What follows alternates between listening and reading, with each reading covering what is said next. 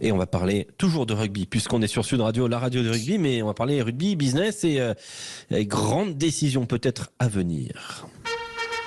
Hé, camarade, t'as pas 100 balles? Sud Radio Rugby.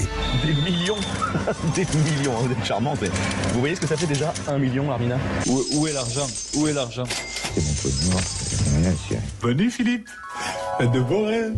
Je n'étais rien et voilà qu'aujourd'hui, je suis le gardien du sommeil de ces nuits. Je l'aime à mourir. C'est au rugby que tu dis ça, Philippe? C'est aussi au rugby que je dis ça, ouais. Aussi. Parce alors, que c'est beau. C'est pour qui? C'est pour Quentin? C'est pour qui? C'est pour ma femme. Ah. Bon. Allez, prends ça. Leçon. Bon, une leçon, il vient de te donner. Là, il vient de te donner une leçon, Alexandre. Prends des notes. C'est terrible. C'est terrible. Ouais. Ouais. Comme quoi, le romantisme n'est pas mort. On pensait dans le cœur de Philippe Spanghero et au final non. Bon, c'est comme ça. Écoute, on s'y fait. On va s'accrocher. Et on va essayer de s'en remettre. Tu vas rebondir, Alexandre. Mais on va rebondir. T'as raison. Merci, Julien. Tiens. C'est vrai qu'on le dit pas assez, mais merci Julien. Merci. On va parler de la Ligue mondiale de rugby. Pourquoi? Parce que, on a eu une information du Télégraphe, un journal qui, d'ailleurs, évoque souvent l'aspect business, l'aspect gouvernance, voire diplomatique parfois du rugby, et qui parle d'un projet de Ligue mondiale sérieusement à l'étude, tout en protégeant un tournoi destination qui serait préservé. Alors, on ira sur le démenti ensuite de Serge Simon, Philippe, mais la situation initiale, c'est laquelle? Pourquoi, déjà, on veut changer l'équilibre qu'il y a entre le Nord et le Sud? Assez simplement, je l'ai dit régulièrement, il y a un constat très simple. C'est qu'aujourd'hui, il y a un nouvel acteur qui a fait son apparition, qui est plus un institutionnel du rugby, une fédération World Rugby, qui est un financier et qui a des enjeux économiques. Donc CVC aujourd'hui a un pouvoir de décision qui est très fort dans le rugby du Nord, puisque CVC est actionnaire de la Premiership anglaise, de la Société commerciale Destination et de l'ancienne Coupe Celtique qui est devenue l'URC et qui a permis aux Sud-Africains d'officiellement faire leur entrée dans l'hémisphère nord, dans le championnat celte, qui est devenu donc l'URC. Donc CVC a des enjeux financiers importants. Quand on regarde un peu ce qui s'est passé avec CVC dans le monde du sport avant le rugby, il y a eu la Formule 1. La Formule 1, ça a été une acquisition par CVC pour un coût d'environ 1 milliard d'euros. CVC est resté longtemps dans la Formule 1, beaucoup plus longtemps que les périodes habituelles des fonds d'investissement, est ressorti en 2 fois, a vendu une première partie de ses participations une première fois, et puis est sorti complètement 3 ans plus tard. En totalité, ils ont fait x7 CVC sur ce deal-là. Ils sont sortis. C'est ça, l'objectif, c'est d'améliorer le produit et de faire de l'argent. Voilà. Alors, c'est pas un gros mot, je précise. J'ai rien contre CVC. Des décisions ont été prises dans une période aussi financière difficile. Et la F1 s'en est très bien sorti de ce passage. Et la F1 s'en est très bien sortie.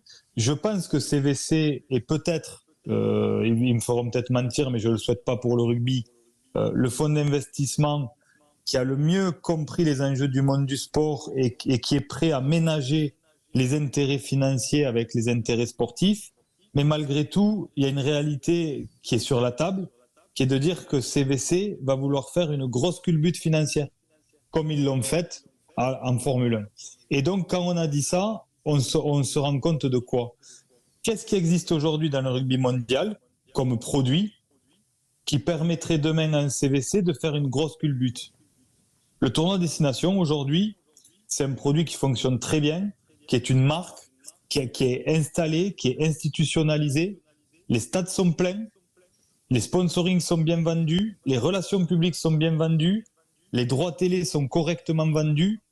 Donc, en l'état actuel des choses, ce produit, il n'a pas de potentiel très fort de croissance.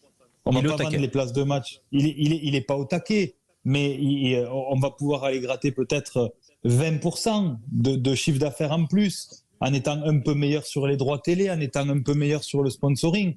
Mais voilà. Et c'est pas du tout des chiffres de nature à intéresser un fonds d'investissement comme CVC.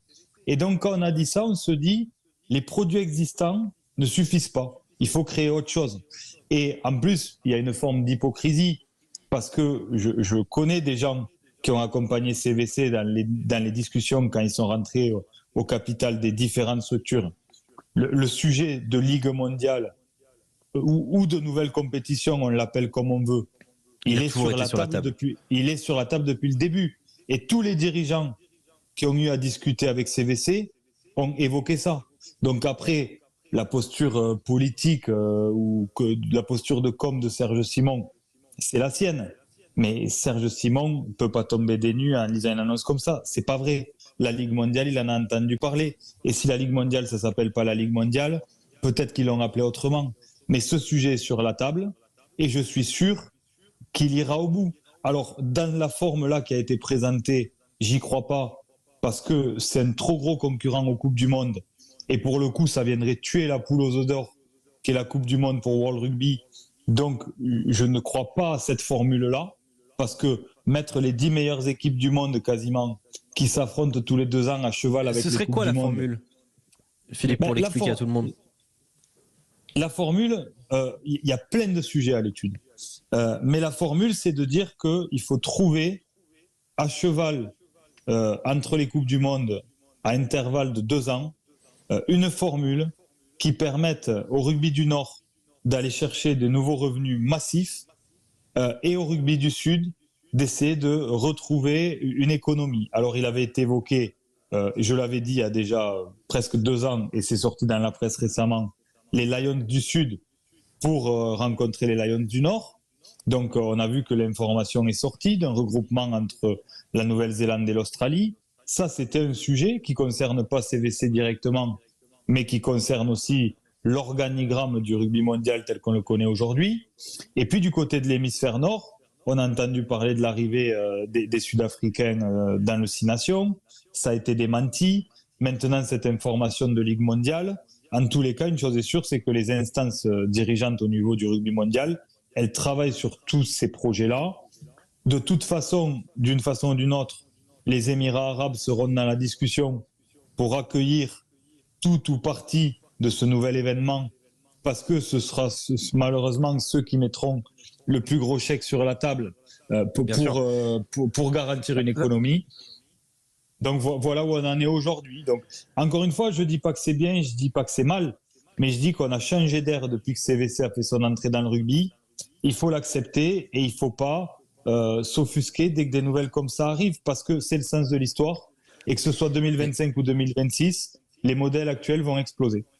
Très rapidement, parce qu'on est pris par le temps, Philippe, est-ce que désolé hein, Julien, on en parlera après. Vas-y. Le tournoi à destination préservé, est-ce que tu comprends, est-ce que tu crois vraiment à ce discours-là ou pas du tout, Philippe, très rapidement? Alors, je crois que c'est possible si à côté il y a une nouvelle formule qui sert aussi les fédérations du Nord. S'ils n'arrivent pas à trouver la bonne formule, ils seront obligés de toucher au modèle du Six Nations. Et ça risque de faire couiner beaucoup d'amoureux de rugby et de ce tournoi des Six Nations. Oui. On parle rugby, on parle gouvernance, on parle de Ligue mondiale et la chronique un instant de Philippe Spanghero sur ce projet de Ligue mondiale qui est dans les tuyaux depuis longtemps et qui semble avancer, même si tout n'est pas ficelé. On se posait la question, est-ce que le tournoi des Six Nations sera préservé? C'est possible, mais c'est pas du tout assuré. Sur toute la chronique, je t'ai regardé, Julien, parce que vous savez, on peut se voir, vous pouvez nous voir sur l'application, sur le site, nous sommes filmés et je te voyais faire la moue, je te sens pas du tout convaincu par ces histoires de Ligue mondiale, de tournoi à destination préservé. Je sens que ça c'est pas tout à fait à ton goût. Mais si, c'est à mon goût parce que ça peut apporter au rugby mondial, bien sûr. Mais sur le volet Six Nations, je sens que ça t'embête. Mais sur le volet Six Nations, moi c'est sur le volet Six Nations que Philippe d'ailleurs a répondu un petit peu sagement à ta question. Le prestige, si on fait un petit peu les conservateurs. Sagement, pourquoi? Tu penses que Philippe il a été un peu soft là? Langue de bois? Non, mais ouais, je pense que le Six Nations va disparaître. Ouais, si c'est pas clair, ça va le devenir au fur et à mesure, petit à petit. C'est sûr qu'ils vont au fur et à mesure le dégraisser et puis au fur et à mesure l'enlever. Ça passera à autre chose. Le dévaluer? Oui, bon déjà ça parce que. Mais moi, le seconde question. Comme on le fait avec la Coupe d'Europe, enfin avec la Champions Cup. Eh oui, déjà ça. Et puis est-ce que déjà la Coupe du Monde sera aussi intéressante alors que tu auras une ligue mondiale qui sera déjà instaurée et juste avec des nations B que tu rentreras pour la Coupe du Monde. Alors en fait, ça sera des petites Coupes du Monde pendant qu'on attend la grande Coupe du Monde. Et puis secondo, c'est quand même nos joueurs français, s'il y a le 6 Nations, plus cette ligue, plus le championnat, plus la Coupe d'Europe, déjà les temps de jeu, tout le monde pleure et tout le monde crie au scandale, comment va se passer aussi ça? Le seul problème de tout ça, c'est que si tu veux, on est isolé. Parce qu'aujourd'hui, on est le seul rugby du monde où il y a cet écart de vision aussi fort entre la Ligue et la fédération. Et donc qui s'est atténué avec le temps et on sent qu'ils travaillent bien ensemble. Mais malgré on est aussi les seuls à pas avoir de relation avec les fonds d'investissement officiellement. Bien sûr. On est les seuls au monde. Hein. Oui, mais parce que notre économie, ça peut faire sourire certaines. Je dis qu'elle est saine. Alors on me dit oui, mais tous les clubs perdent de l'argent tous les ans. Oui, mais de façon extrêmement raisonnable. On a une DNACG qui fonctionne très très bien. Il pourra jamais nous arriver demain matin ce qui arrive au rugby anglais. Donc finalement, le rugby français est quand même préservé de tout ça. Mais la différence, c'est que tous les autres acteurs du monde qui réfléchissent, aujourd'hui sont rentrés dans des modèles financiers à mort. Et en plus, comme c'est les fédérations qui dirigent, puisque c'est eux qui financent leurs joueurs internationaux et leurs provinces, c'est l'avis de la fédération qui compte, point. Donc si toutes les fédérations du monde, à part la France, ont envie de rentrer dans de nouveaux schémas, ben on sera malheureusement obligé de le subir. Donc en gros, c'est soit on se marginalise, on l'est peut-être déjà un petit peu, mais on va être obligé de céder en fait. C'est ce que tu es en train de nous dire, Philippe, c'est qu'on n'a pas la voix, on n'a pas le poids pour convaincre les autres. On va être obligé d'aller dans le sens de l'histoire, c'est ça ? On a le même poids que tous les autres, mais à part qu'on n'a pas le même contexte national et pas les mêmes intérêts que tous les autres. Donc c'est vrai que on est à un tournant du rugby mondial tel qu'il existe. Et moi je l'ai dit depuis longtemps, on est en train de rentrer dans un rugby de ce que j'appelle le rugby des fuseaux horaires. Et on en reparlera dans quelques années. Le rugby aux États-Unis, tu le sais mieux que moi, Alex, se structure. On va arriver dans le temps à une ligue américaine qui travaillera avec son fuseau horaire. Et puis on aura notre fuseau horaire avec le rugby européen et une partie du rugby africain avec notamment l'Afrique du Sud. Et puis ensuite on aura le fuseau horaire asiatique ou du Pacifique avec le Japon. Ce qui en soi aurait beaucoup de sens, hein, tout ça. Mais en fait, c'est juste qu'il faut se dire que ce rugby des hémisphères n'était d'abord pas forcément cohérent. On a grandi avec ça, donc ça nous paraissait normal, mais c'est pas forcément logique. Et qu'on va redécouper le monde, pour moi, en 3 rugby de fuseaux horaires. C'est ma croyance. Mais finalement, je te rejoins sur je te rejoins parce que c'est le diffuseur, le patron, au final. C'est ceux qui diffusent qui gèrent les choses aussi. Hein. Et dans ce cas-là, si tu mets tout le monde sur le même fuseau, les annonceurs, les médias, tout ça vont travailler beaucoup plus facilement. Au-delà de tout ça, même des voyages longs sont beaucoup plus facilement digérés par les joueurs. Aujourd'hui, les Sud-Africains avec lesquels je travaille, il y a un partenariat avec Qatar Airways, ils sont obligés de passer par le Qatar et c'est compliqué en termes de voyage. Mais en tous les cas, sans décalage horaire, ça se fait beaucoup mieux pour les joueurs sur des périodes courtes en termes de récupération. Et donc, moi, je crois que c'est vers ça qu'on va et on le voit. On parle déjà d'un championnat avec des équipes du Pacifique, avec la Nouvelle-Zélande, avec l'Australie et le Japon. On a vu des discussions entre les fédérations argentines et américaines, hein, notamment ces dernières semaines. Le Chili, l'Uruguay, l'Argentine, les États-Unis et le Canada qui discutent, semble-t-il. Donc dans quelques années, on dira que j'étais un devin et puis les gens viendront faire des offrandes devant un petit hôtel à ma gloire Sud Radio. Donc des nations comme la Géorgie ou qui essayent de s'accrocher feront partie du bal. Et oui. Pour moi, oui, feront partie du bal. Elles feront partie du bal dans un nouveau modèle à construire, parce qu'on peut imaginer demain que dans l'URC, par exemple, on ait une province géorgienne, une province espagnole, une province portugaise, et que ce championnat-là soit le réceptacle à 1 ou 2 grandes équipes par pays. Et c'est aussi intéressant, parce que demain, un pays comme l'Espagne, le Portugal ou la Géorgie a l'économie et le terreau rugby pour avoir une équipe de 2e niveau européen. Et pour faire monter en qualité la sélection par définition ensuite. Ça existe déjà, mais en Rugby Europe Championship, qui est une sorte de ligue européenne de seconde zone, qui a du mal encore un petit peu à trouver son public. Dans laquelle il n'y a pas d'économie.